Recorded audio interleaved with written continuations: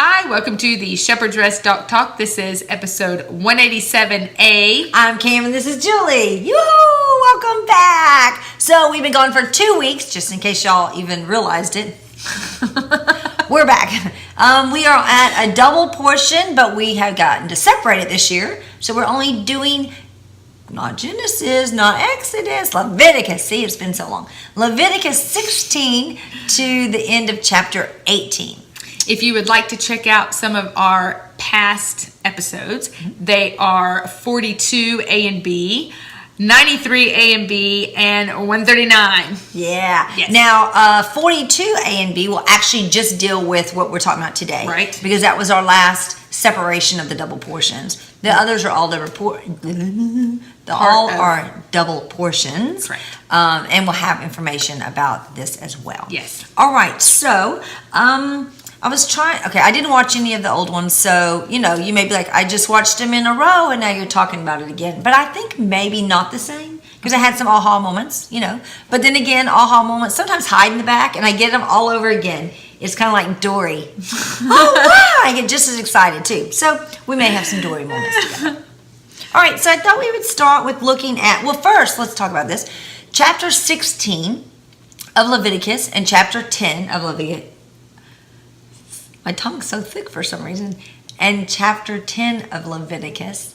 Same time frame. All right. So think about this. It says in 16:1, and the Lord spoke to Moses after the death of the two sons of Aaron as they drew near before the Lord and died. This isn't like months later. This is like God's talking to Aaron. And now God's talking to Moses, because this isn't being told to Aaron. This is being told to Moses. If you remember in chapter 10, God is talking to Aaron. Because our God is omnipresent. Therefore, he can talk to more than one person at one time with different messages. Yeah, okay, you're right. So this is what's being given to the two. This is what they each need to do. Moses is being instructed on, hey, the nephews, not so good. But let me tell you how it's going to work. Right, let me tell you, right. because he does, the Lord's like, I still want them to come in, but just not today. Right. So let's remember that in chapter 10, or chapter 9 and chapter 10, that was the inauguration when all of Israel was coming in. Before that, the first 7 days were the inauguration of the priest. Once they were established, the 8th day, new beginnings, was now allowing for all of Israel to be able to draw near through the proper behavior of the priest and the high priest. All right. This is kind of like the 7,000 years. You've got his people, and then on the 8th day in eternity, all the nations. Yes. And I suggest that we have several hints of that. Because we have events, not in days, but we have events talking about the number 7, the first month, the 7th month. We'll just start with that. Okay. So we have, after all of the instructions in 16 are given, at the end of it, let's go look at verse 29 of chapter 16. It says, and this shall be to you a law forever. In the 7th new moon, on the 10th day of the new moon, you afflict your being and do not work, the native nor the stranger who sojourns with you. All right. For on that day he makes atonement for you, to cleanse you, to be clean from all the sins before YHVH. All right, and it talks about that's the Sabbath. Now, what I love is on the 7th new moon. Because remember, we are, Exodus 40 verse 1 tells us that we are in the first day of the first new moon. We've gone to the 8th day, so now this is the 8th day. All right, so think about this. On the 8th day, the tabernacle, which is a gateway to the heavenlies, is being open for all of them. Yeah. Yet the instruction to draw near comes in the 7th month. Because remember, the new calendar was set up. What's that? Exodus 12, 1 or 2. So this starts number 1. And then when we go 7, that goes to Tishri. Now remember, 7 is when Adam was born, that 7th month. So that used to be 1. For all the nations, that 7th month is still 1. But for Israel, 1 goes back here to the spring where we are. Okay. And so the Lord is saying, okay, in this first month, I'm opening up my tabernacle. But in the 7th month, he's going to open it again so that they can usher in the 8th.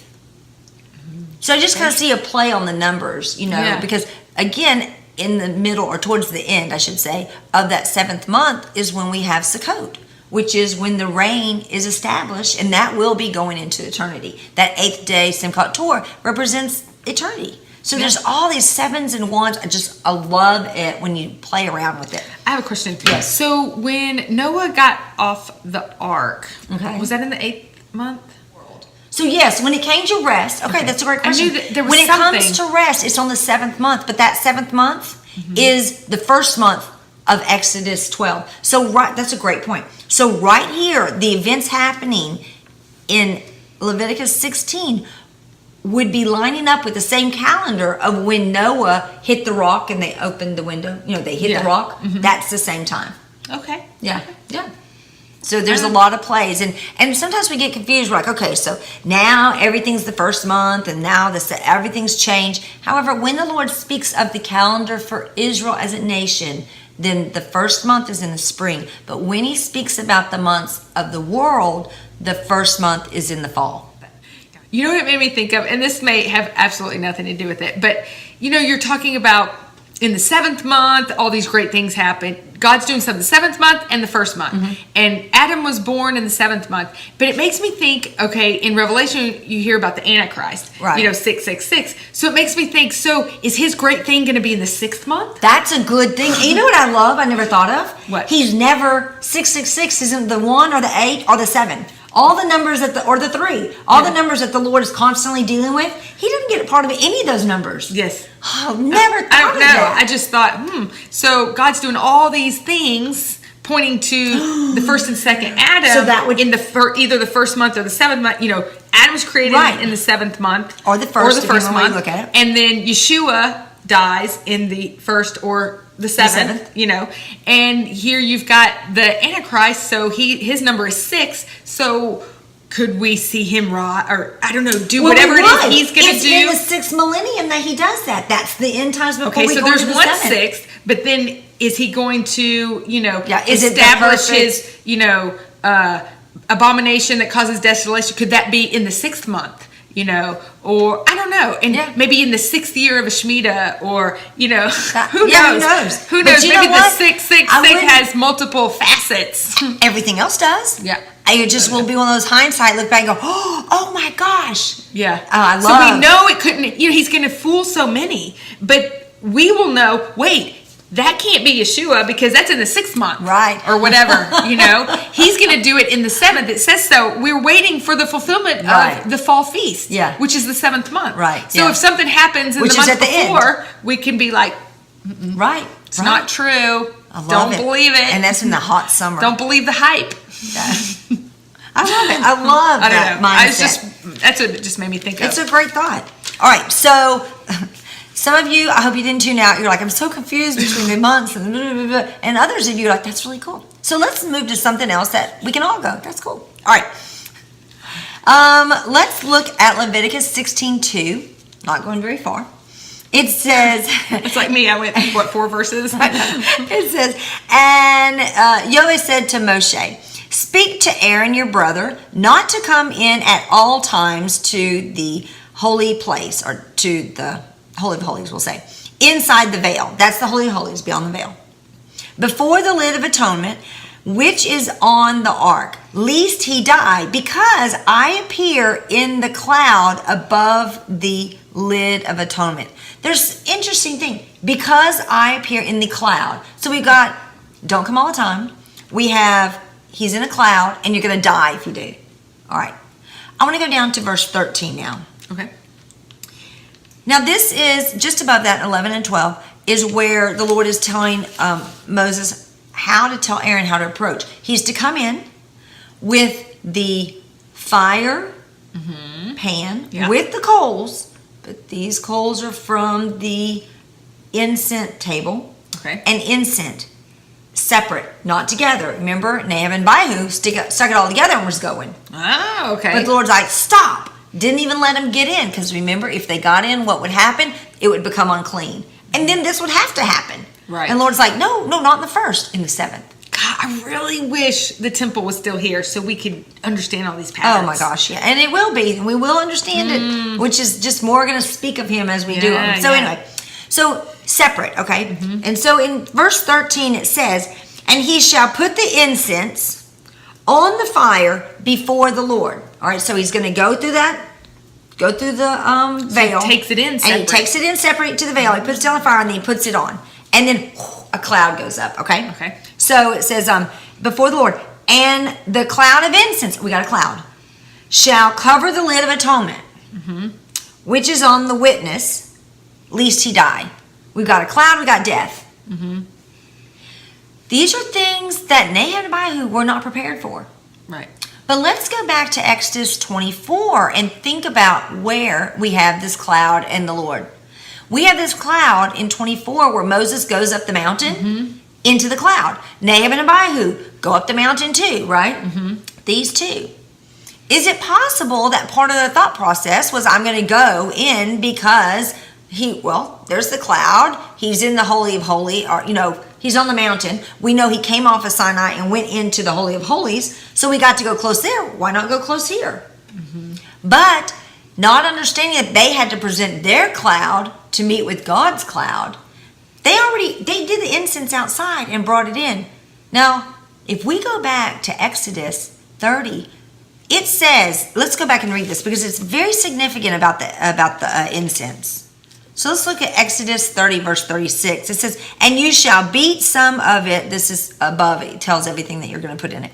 Very fine. And put some of it before the witness in the tent of the appointment. So that means on the golden altar, right? Where I meet with you, for it is most holy to you. And the incense which you make, do not make for yourself according to its composition. It is set apart to you for YHVH. Whoever makes any like it to smell it shall be cut off from his people. That means physical death. So let's go back to Nahab and Abihu. They're making their cloud. They put it together outside and they're walking through. It creates death, whoever smells it. Do you realize, again, we see the mercy of God, strike them dead? Because it's very possible that all those around celebrating that are smelling it, it's putting them in danger. It's putting them in jeopardy of dying.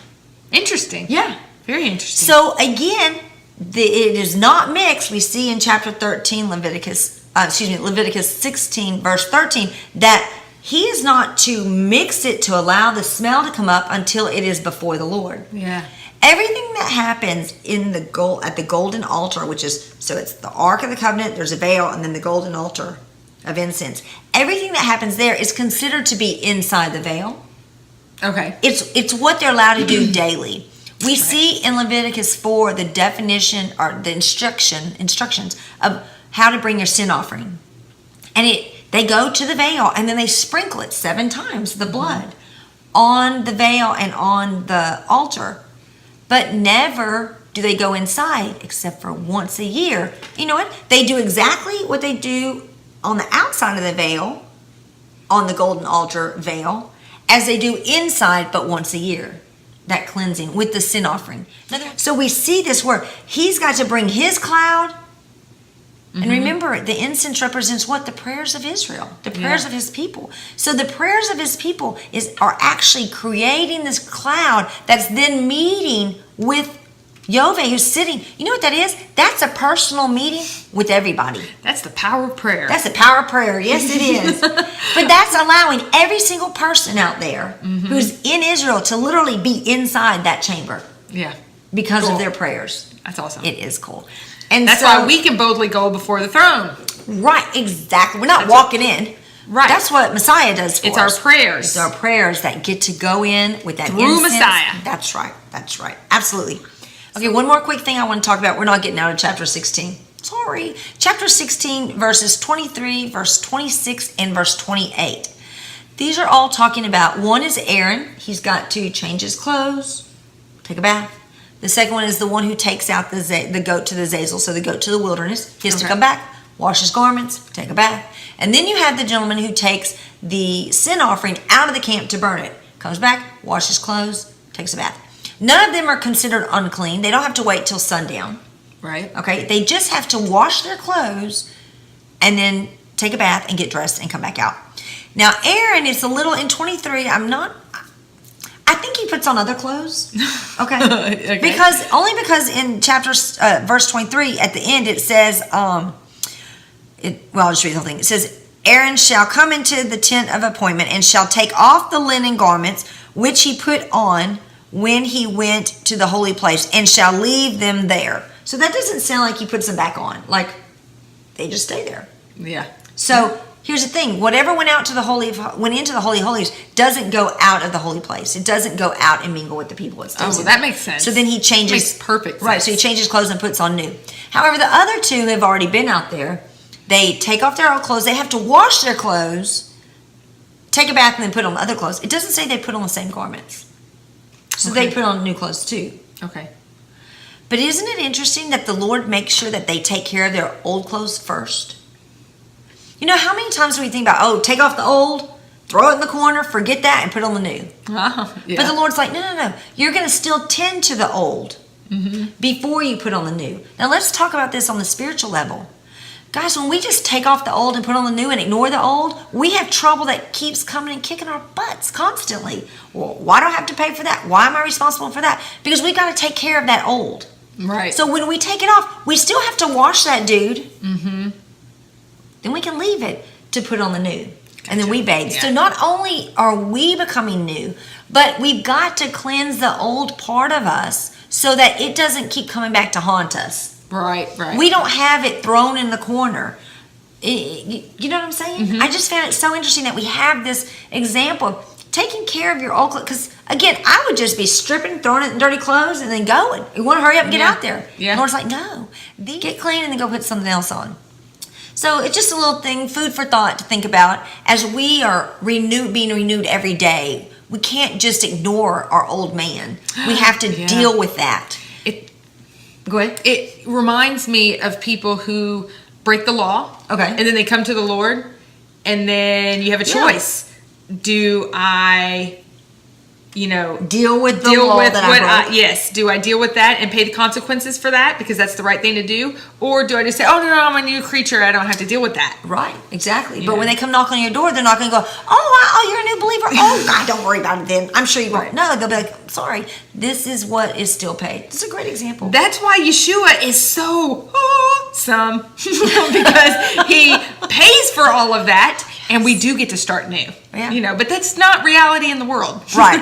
It doesn't set a good example of who our God is, a just God, if we just... Great point. That's so true. Yeah. We can't ignore our old responsibilities because then we are misrepresenting the Lord. That's right. And misrepresenting the Lord is why Nahab and Abihu got in trouble and why the Lord is saying, hey, Moses, teach them how to do it properly. Hey, how about that? Sign fell full circle. Oh my gosh. It's like doing the law of Moses before the Holy Spirit. Then you get the Holy Spirit. Now you get to show how it's done correctly. Yeah.